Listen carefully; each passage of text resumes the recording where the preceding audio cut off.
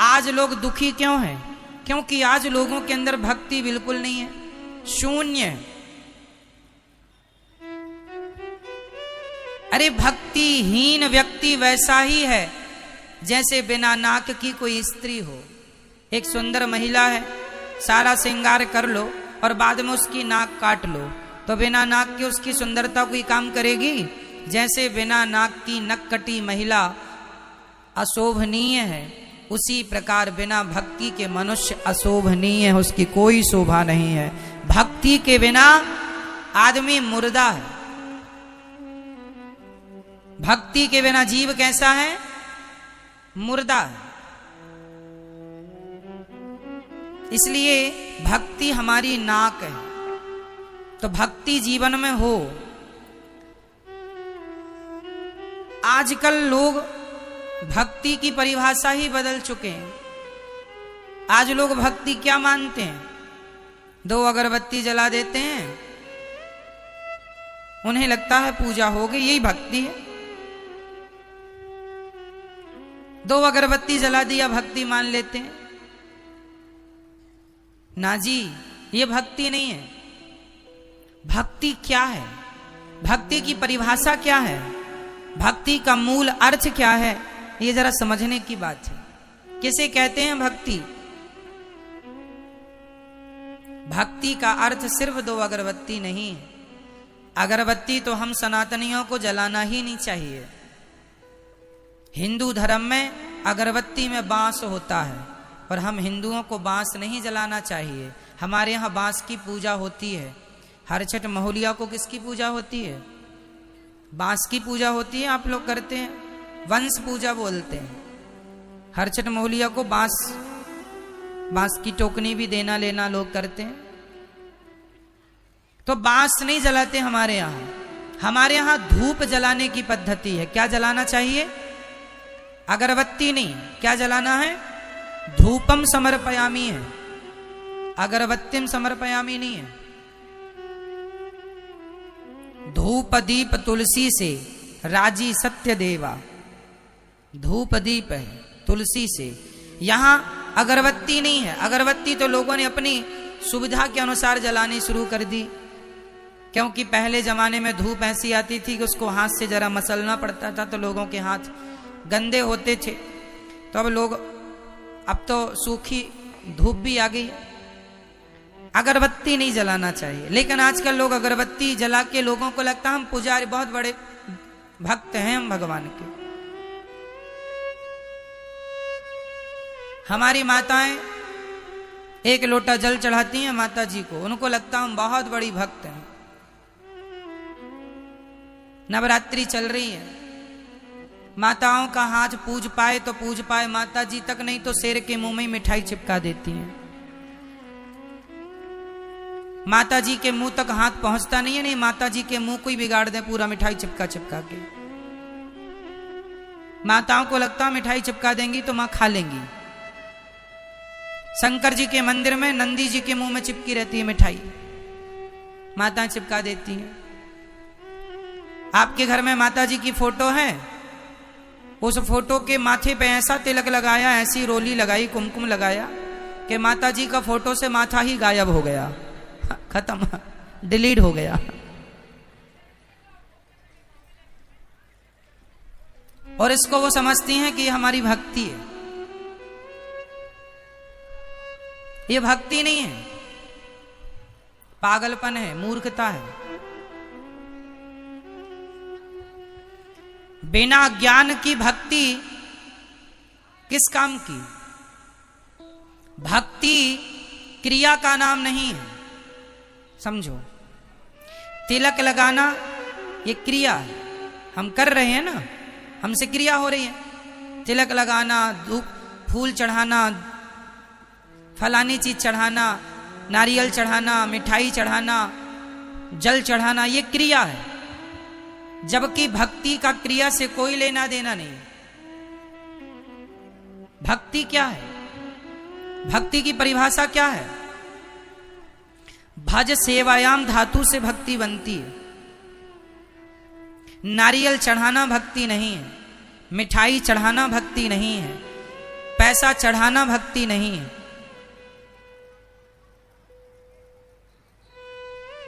एक लोटा जल चढ़ा देना माता जी को, शंकर जी को, ये भक्ति नहीं है। भक्ति क्या है?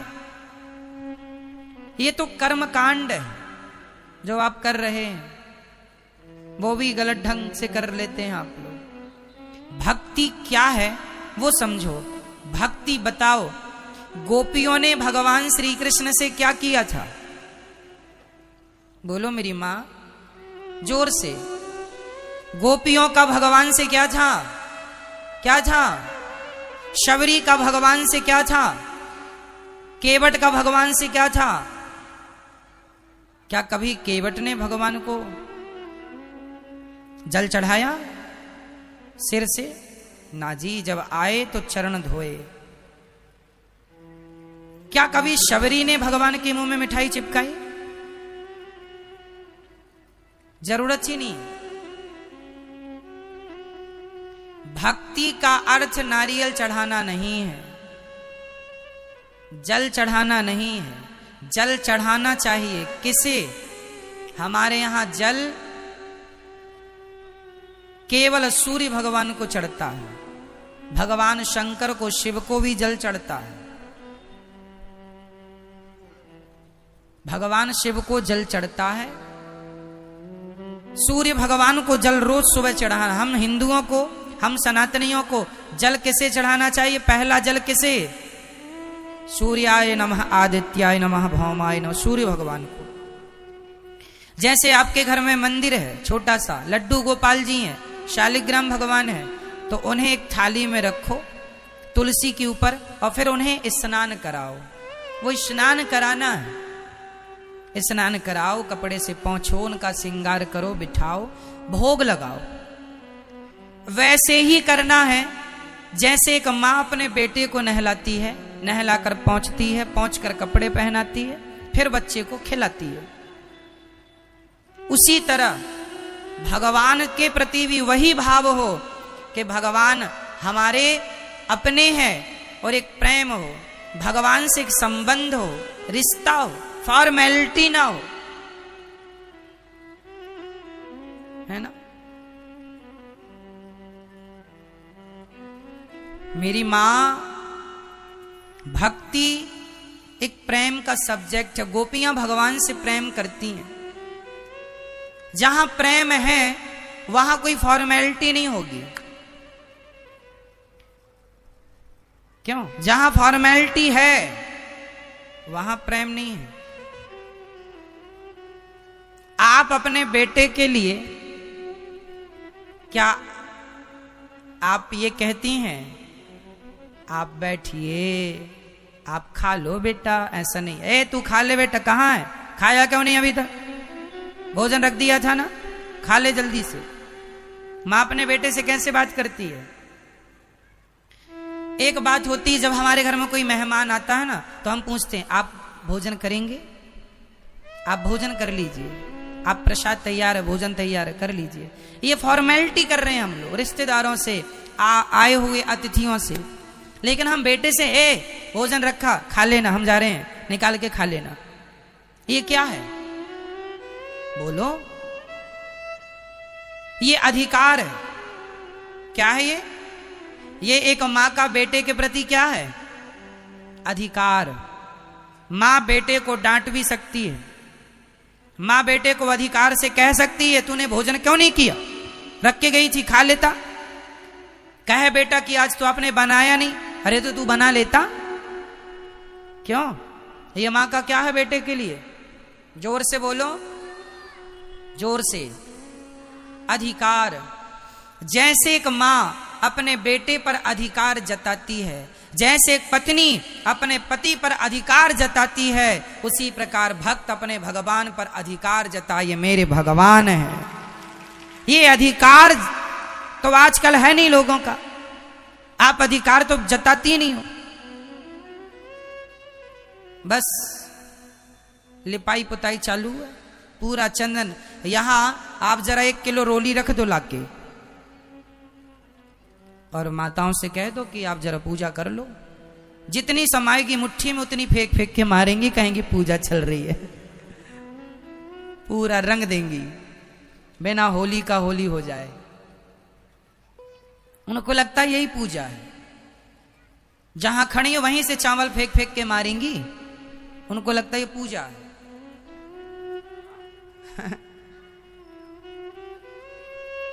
ये सब फॉर्मेलिटी, इसकी कोई जरूरत नहीं है, इसकी कोई जरूरत। भगवान से सच्चा प्रेम हो बस। कैसा प्रेम हो? विशुद्ध। विशुद्ध मतलब कोई कामना ना, सच्चा प्रेम भगवान से हो।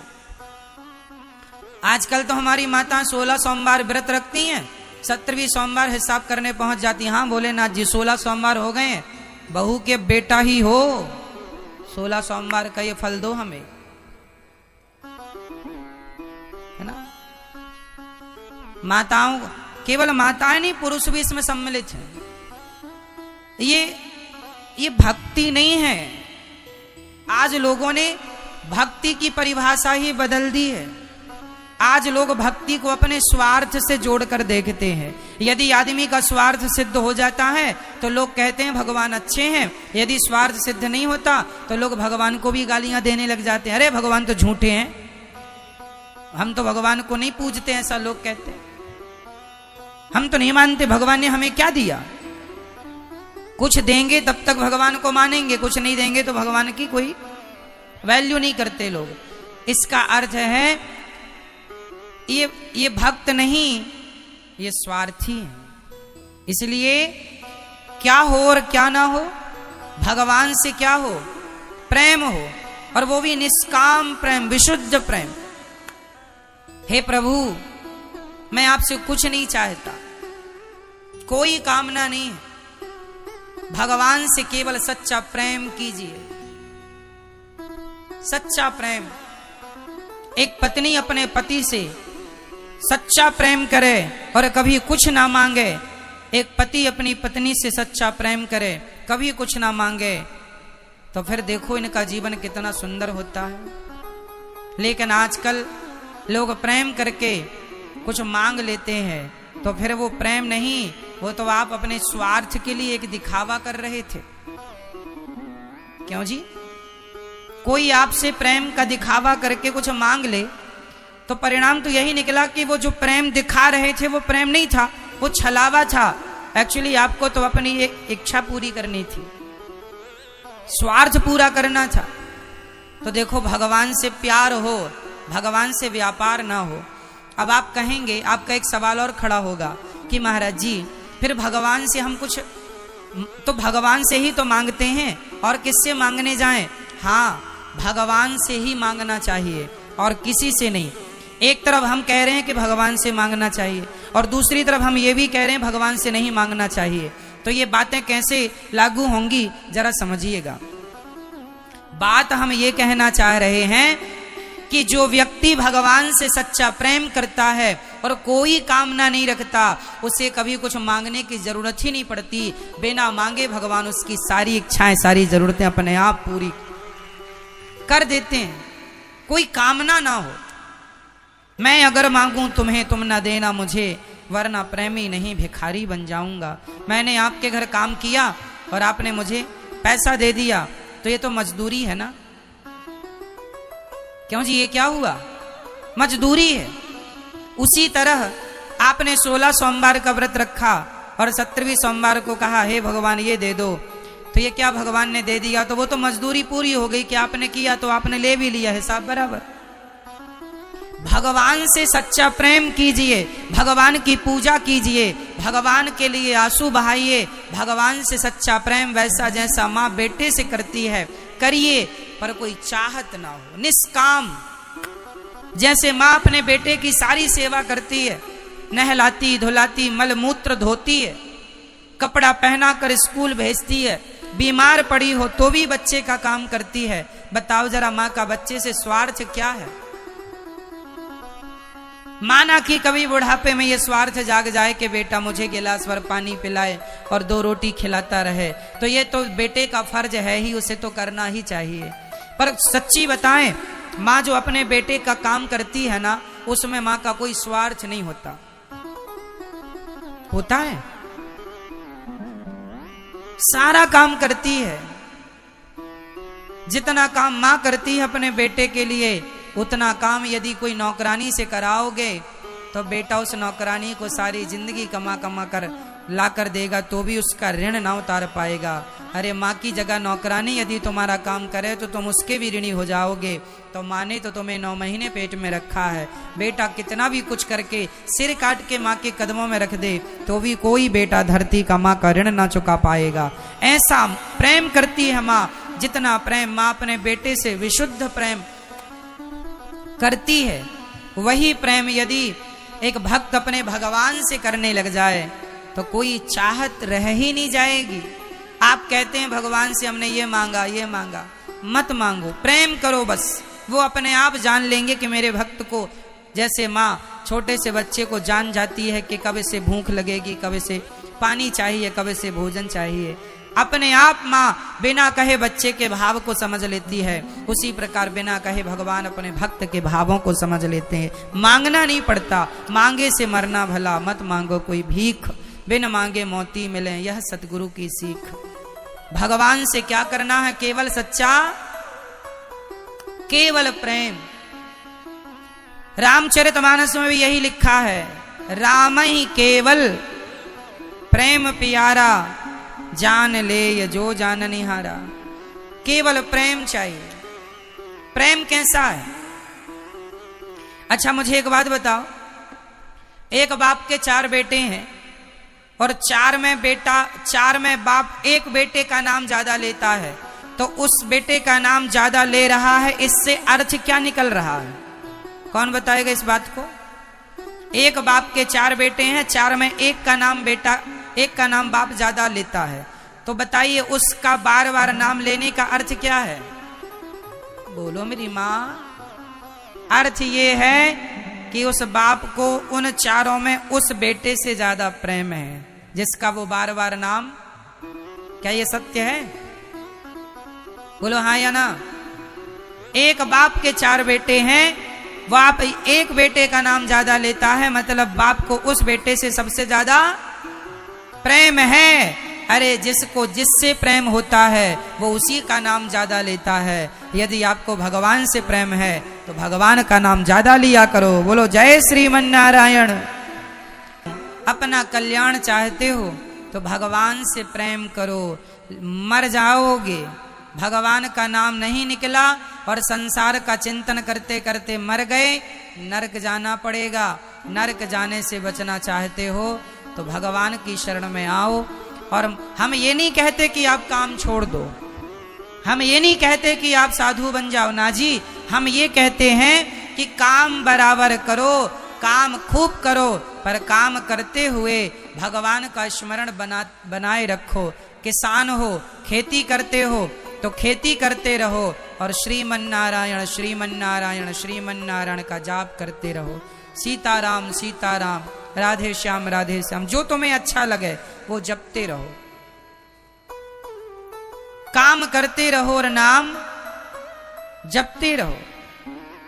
मैया बर्तन धुलती रहो।